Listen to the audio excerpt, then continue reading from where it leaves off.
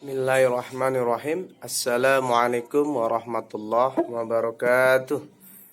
Selamat pagi anak-anak. Mudah-mudahan kalian semua tetap sehat walafiat, tidak kurang suatu apapun. Tetap menjaga protokol COVID-19, jaga kebersihan agar kita semua terhindar dari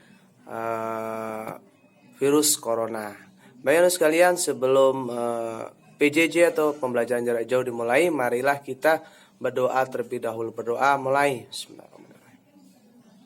Selesai. Baik sekalian, materinya hari ini yaitu tentang pola pikir pembukaan Undang-Undang Dasar 1945. Ya, masih sama minggu kemarin, yaitu materinya tentang pola pikiran pembukaan Undang-Undang Dasar 1945. Baik sekalian, apa itu Undang-Undang Dasar 1945? Undang-Undang Dasar adalah suatu naskah aturan hukum yang tertinggi dalam kehidupan negara Republik Indonesia yang dinamakan Undang-Undang Dasar Negara Republik Indonesia tahun 1945. Undang-undang merupakan suatu bentuk aturan resmi ya dari pemerintah sebagai pedoman bagi masyarakat untuk berperilaku. Tanpa daripada undang-undang 1945 maka kehidupan menjadi kacau balau. Artinya tanpa suatu aturan dalam undang-undang maka kehidupan akan kacau balau. Karena apa? Manusia merasa bebas melakukan berbagai hal yang diinginkannya tanpa memperhatikan kepentingan orang lain. Oleh karena itu dibuatlah suatu undang-undang dasar sebagai aturan hidup di masyarakat, sebagai aturan dalam berperilaku di masyarakat. Nah, sekalian, bahwa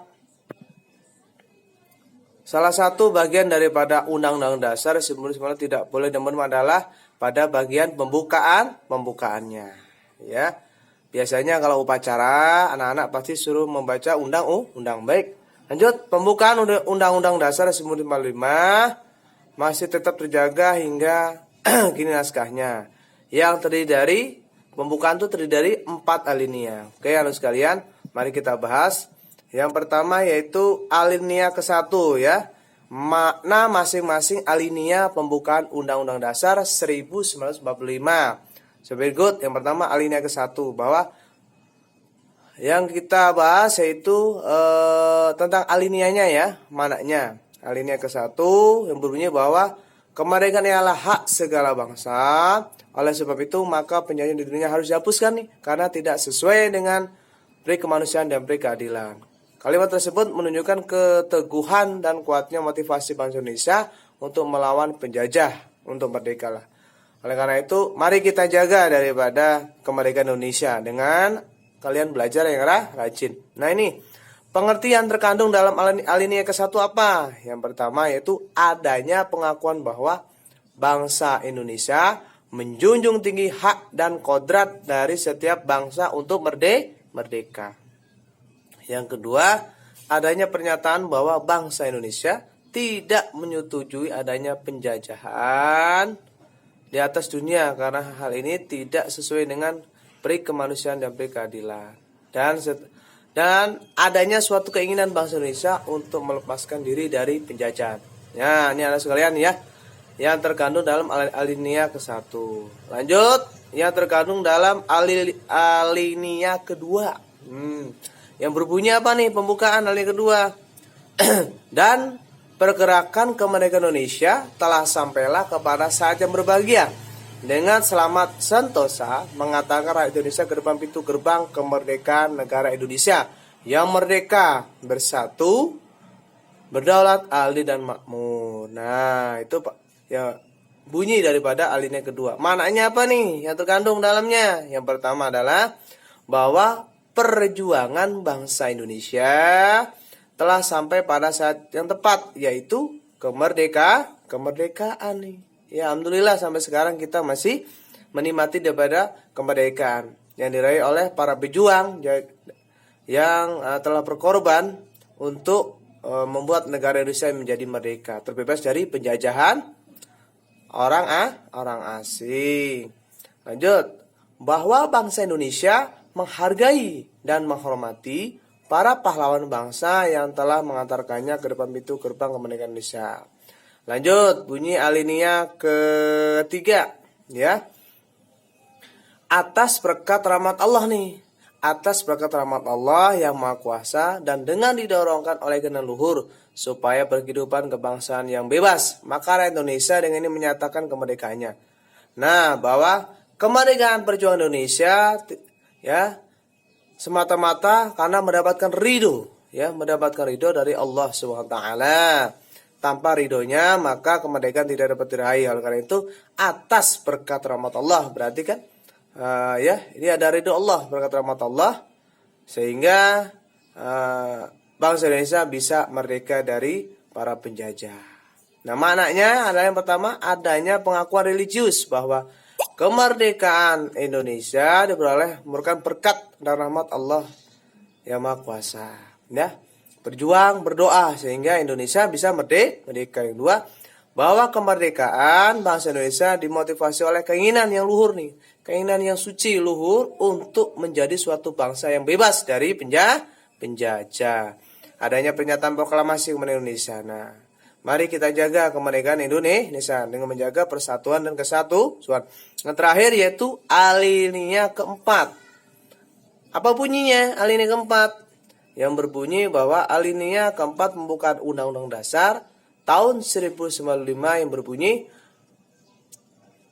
kemudian daripada itu untuk membentuk suatu pemerintah negara Indonesia dan untuk memajukan kesejahteraan umum, mencerdaskan kehidupan bangsa, dan ikut melaksanakan ketertiban dunia yang berdasarkan kemerdekaan, perdamaian abadi, dan keadilan sosial.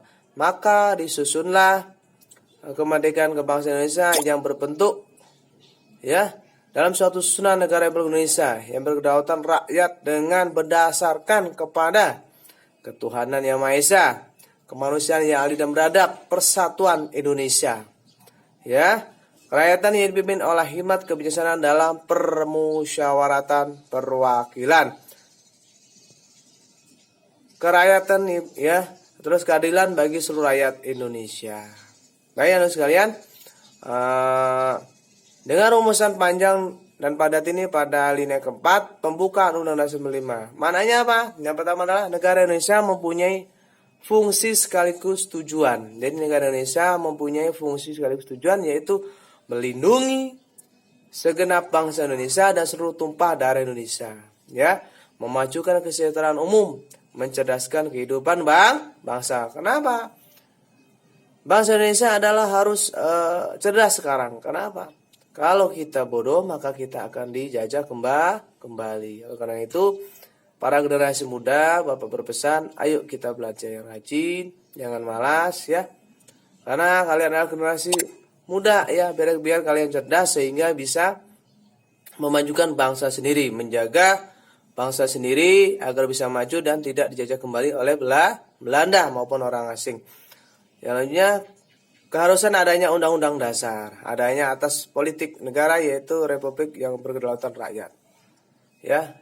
Anak sekalian, bahwa untuk materi pola pikir pembukaan Undang-Undang Dasar 1945 secara cukup ya materinya, karena kemarin sudah Bapak kasih videonya. Hari ini video Bapak yaitu materi tentang pola pikir pembukaan Undang-Undang Dasar 1945. Kita selaku rakyat Indonesia harus mematuhi aturan-aturan yang berlaku di dalam undang-undang yang dibuat oleh pemerintah. Baik, untuk tugasnya silahkan ya kerjakan halaman 23 di buku LKS ya.